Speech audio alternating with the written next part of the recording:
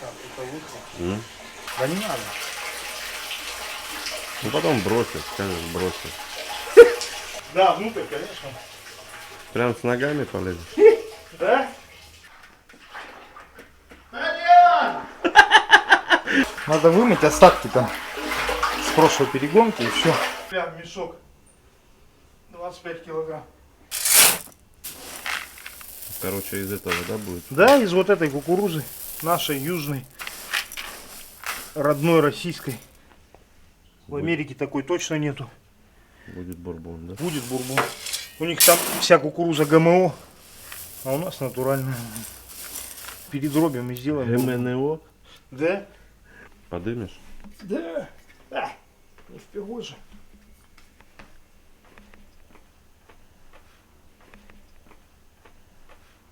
Ага, села. Ни хера не села. А вот сейчас, по-моему, вот сейчас села.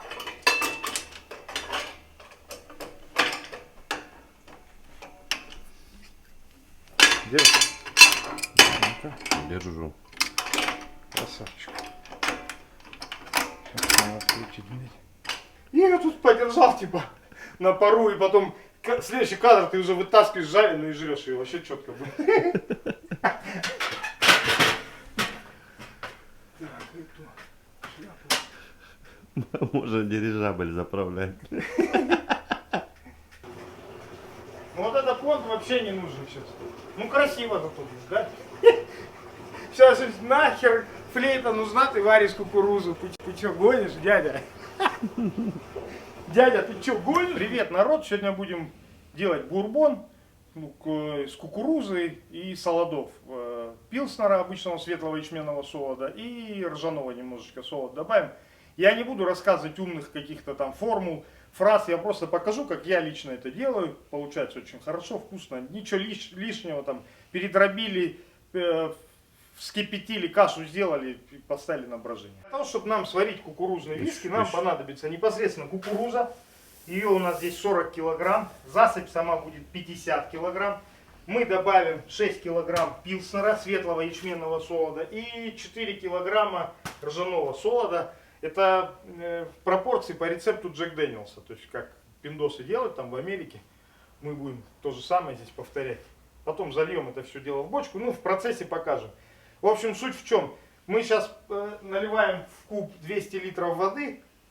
Ставим ее подогреваться. И надо перемолоть на дробилке, в муку превратить, короче, кукурузу и солод. Ну, потом в процессе сейчас покажу, что будем делать. Наберем в куб 200 литров чистой воды, фильтрованной, и включим подогрев. Так, 855, 955, 0,55. Вот, вода потихонечку у нас набирается. Чистенькая, 200 литров сейчас набираем. Набираем в рубашечку воду и включаем подогрев. На автоматике он у нас будет греться. Как только вода у нас подогреется до 45 градусов, мы за это время перемолим уже кукурузу, засыпаем ее сюда, чтобы не было комочков, и продолжаем варить, дальше покажу. Приступим к помолу кукурузы. Для этого мы ее подвинем сейчас сюда, чтобы ничего не мешало.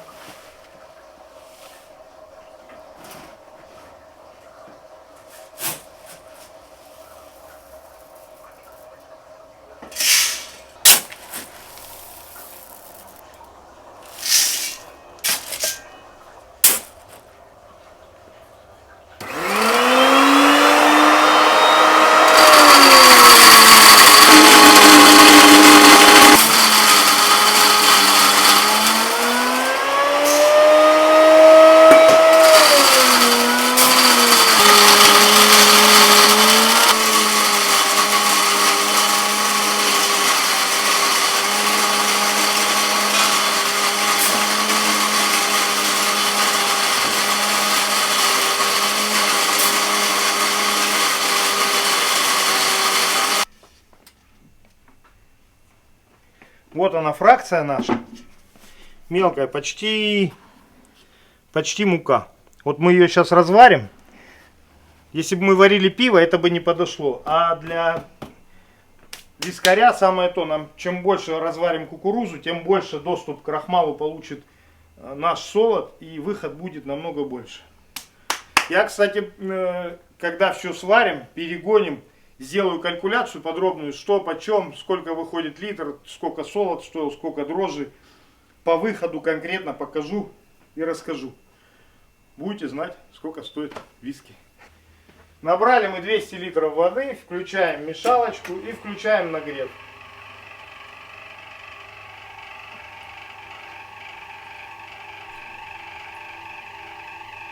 Нормально.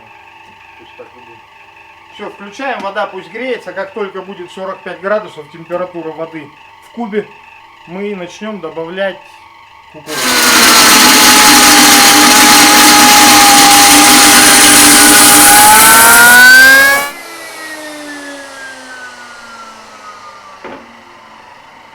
Ровно 40 килограмм, полный, практически полный под завязку, полная бочка. Вот такая кукурузка у нас получилась. Перемололи мы, значит, кукурузу 40 килограмм. Сейчас мы будем 6 килограмм отмерять, взвешивать солода пилснера, обычного светлого солода. И потом ржаного солода 4 килограмма. По засыпи у нас будет 80% кукуруза, 12% солод ячменный и ржаной солод 4 килограмма. 8%. Температура у нас подошла практически к 45 градусам. Надо потихонечку начинать засыпать кукурузу.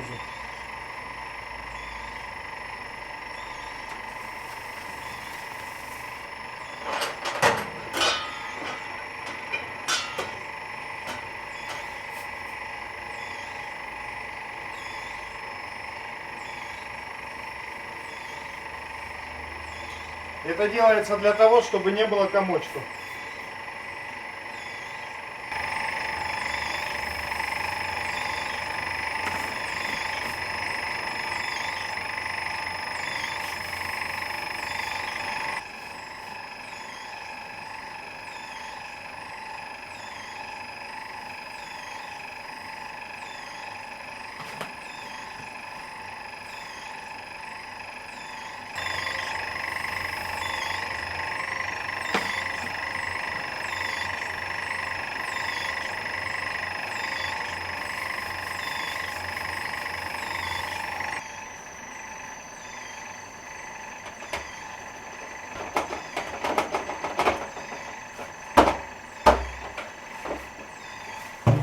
Итак, засыпали нашу кукурузу. Сейчас будем перемалывать на той же дробилке солод.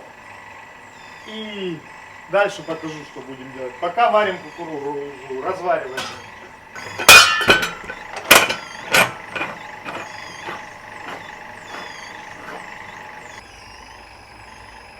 Настало время передробить, превратить в муку наш солод ржаной и ячменный. Будем молоть все вместе, разницы нету, добавляться тоже будет все вместе. Превращать мы его будем практически в муку, дробить очень мелко. Для бурбона это самое то. Если бы мы делали пиво, дробили бы совсем на другой дробилке, совсем по-другому. Ну, об этом, когда будем варить пиво непосредственно.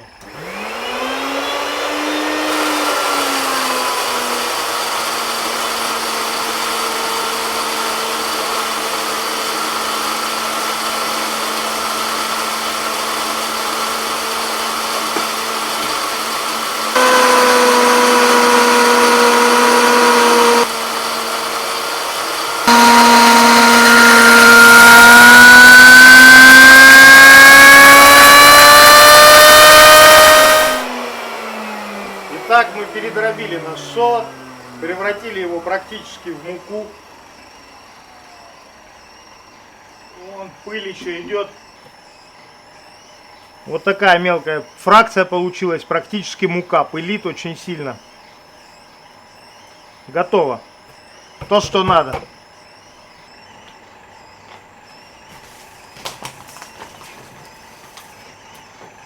Небольшой лайфхак, народ. Смотрите, значит, в кубе 75 градусов практически температура. Мы добавим пару жменек, буквально грамм 200-300 солода. Это не даст сильно загустеть нашей каши, и мешалка наша справляться будет, когда мы разварим кукурузу.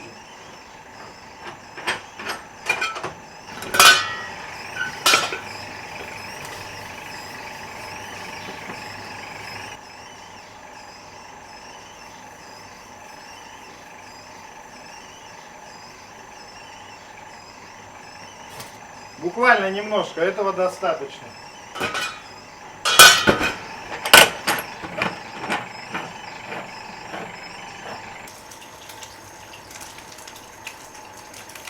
Стравим лишний воздух из куба, чтобы пароводяной котел наш работал на все 100% КПД.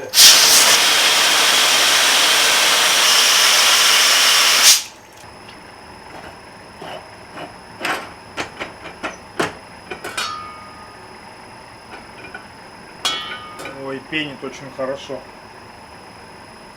Запас большой. Кукуруза практически разварилась. Буквально 20 минуточек ее поварим. Уже в кубе 97 градусов с лишним. Еще минут 20 будем разваривать нашу кукурузу. Как только она хорошо разварится, высвободится крахмал, начнем охлаждать наше сусло, нашу кашу, как ее можно так назвать, до 70 градусов. Нам нужно выйти на 65 градусов, но мы будем добавлять холодный солод, но он комнатной температуры, плюс инерция самого котла. Выйдем на 70, остановимся, выйдем на 65 градусов, будем осахаривать. Я оставляю до утра. Час-полтора, это все, этого мало. Если вы хотите хороший выход, оставляйте на ночь. Пусть осахаривается потихонечку до утра.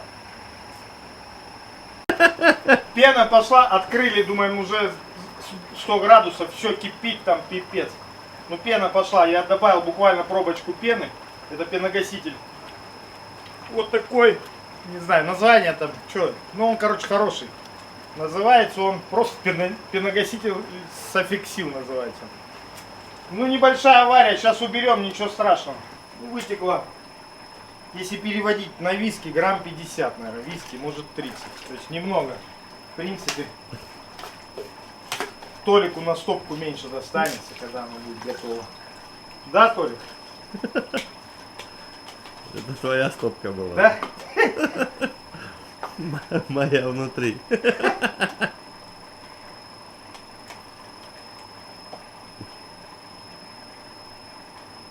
Тебе горничную надо. Штат. Надо. А, вроде сами руки есть. Нормально. Мы разварили нашу кукурузу. Теперь надо выпустить лишний пар и пустить в рубашку холодную воду и охлаждать. Выпускаем пар. Хочу совместить приятное с полезным, посмотреть, что получится.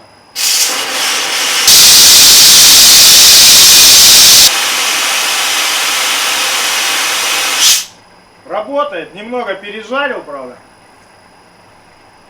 Вот такая сосиска. Рабочий лайфхак, народ, пользуйтесь. Алкоголя же еще нету, так бы выпили. Сейчас приготовим. Ну, в одном из следующих видео уже, может быть, будем употреблять. А может, нет. Вообще, употребление алкоголя очень вредно для здоровья. Да?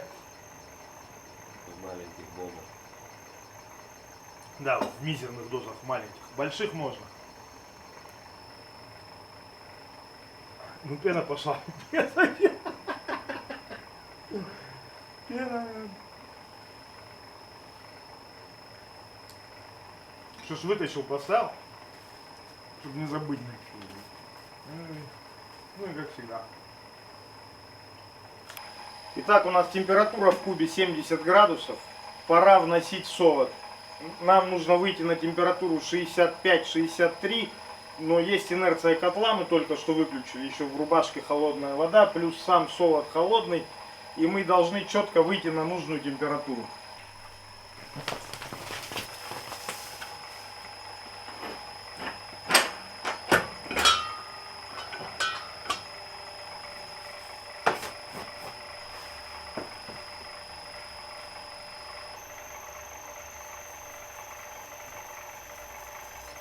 Добавляем потихонечку, чтобы не было комочков.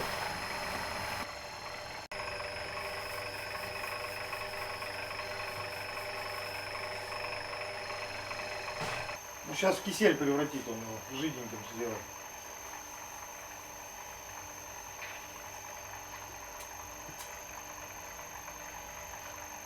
Сейчас он солод в тело провалится сюда потихонечку. Лежит сгустком наверху. Сейчас ферменты начнут действовать буквально пару минут. И наше варево будет очень жиденьким, таким как кисель. Все провалится и размешается. Мешалочка это все размешает. Надо немножко подождать. Вот смотри, да. Вот он, получается, солод сейчас потихонечку. Он наверху холодный лежит. Его засасывает потихоньку каша кукурузная. И он на глазах жидким становится. Смотри, он затекает. Смотри. Ты видишь? Сейчас 2 минутки, это будет жиденький кисель. Смотрите, при 70 градусах активизируется фермент, находящийся в солоде под названием альфа-амилаза. Он режет, дробит большие молекулы крахмала на маленькие кусочки. А после 65 градусов по Цельсию в нашей каше начнет работать бета-амилаза, которая будет еще меньше дробить крахмал на сахара, уже сбраживаемые. То есть те сахара, которые могут съесть наши дрожжи. Мы выдержим вот эту температурную паузу 65 градусов, оставим до утра. Пусть оно спокойненько дробит, превращается все в сахар. Утром у нас будет очень сладкая каша, можно попробовать, как бы она прям сладкая-сладкая. Добавим туда дрожжи. А это прекрасная еда для дрожжей, этот сахар. Они это все дело съедят, выпустят немного углекислого газа и очень много алкоголя. А потом мы это перегоним и выдержим вон в той бочке. Она из-под вина, вот недавно только освободилась после Нового года. Поэтому как бы решили залить, сделать 30 литров бурбончика, залить в нашу бочечку. Ну и на майские праздники уже можно будет это все дело употреблять, приглашать друзей. Толику часть достанется. Да, Толик? Так, это уже можно так пересыпать.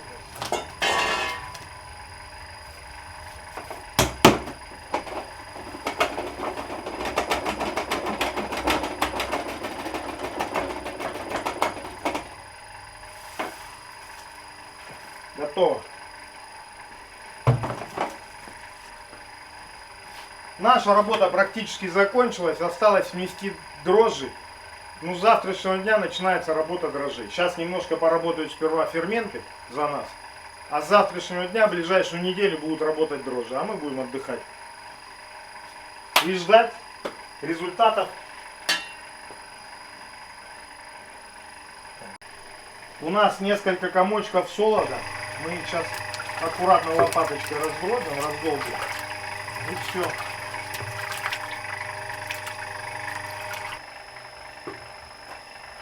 Все, размолотили наши пару комочков.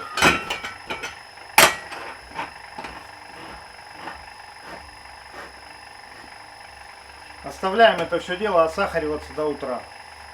Утром будем задавать сюда дрожжи. Проверим, сделаем йодную пробу, посмотрим, сколько там осталось крахмала. Если йод не поменяет цвет, значит весь крахмал перешел в сахара. Ну и можно заносить дрожжи, выход будет хороший. Итак, народ, прошла ночь. Давайте посмотрим, что у нас с нашей кашей стало за эту ночь. Температура упала с 65 за ночь до 56 градусов в кубе. Это говорит о том, что осахаривание продолжалось всю ночь. Ну, давайте проверим.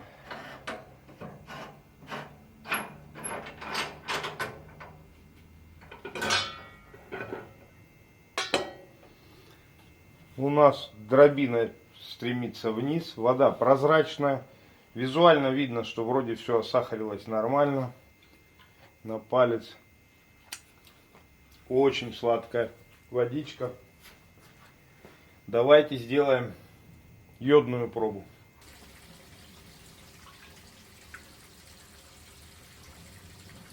Добавим капельку йода. Вот. Вышло чуть больше капли. Ну, цвет не меняет йод, смотрите. А сахаривание прошло отлично. Итак, давайте взвесим наши дрожжи. По норме вообще 2 грамма на килограмм, но я добавляю по 1 грамму на килограмм сырья, и отлично все выбраживать получается. То есть у нас там 50 килограмм, нам нужно 50 грамм дрожжей. Тут по идее должно быть 50 грамм, потому что я до этого ставил бурбончик, 100-граммовый пакетик. Половинку я выбрал, а половинка осталась. Температура в кубе 28 градусов, в рубашке 14,6. Значит, будет какая-то инерция, еще упадет немножко температура, можно вносить уже дрожжи в наше сусло. Просто рассыпем их поверху, не надо регидрировать их или еще что-то. Оно и так отлично работает.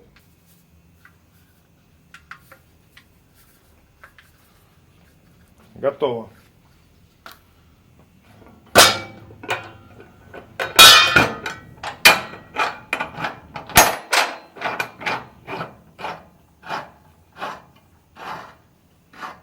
Итак, народ, мы внесли наши дрожжи. Наша работа на ближайшие 5-7 дней в принципе закончена. Будут работать дальше дрожжи за нас. Как только все перебродит, брожение остановится, мы будем это перегонять, но об этом в следующем видео.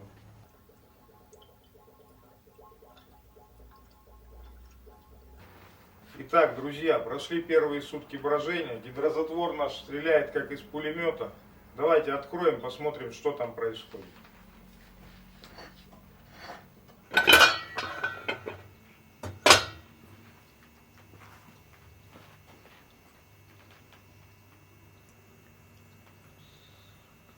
Вот она, наша брага, дышит. Сейчас мы включим мешалочку, это все дело перемешаем. Закроем и больше трогать не будем, пока оно не отбродит.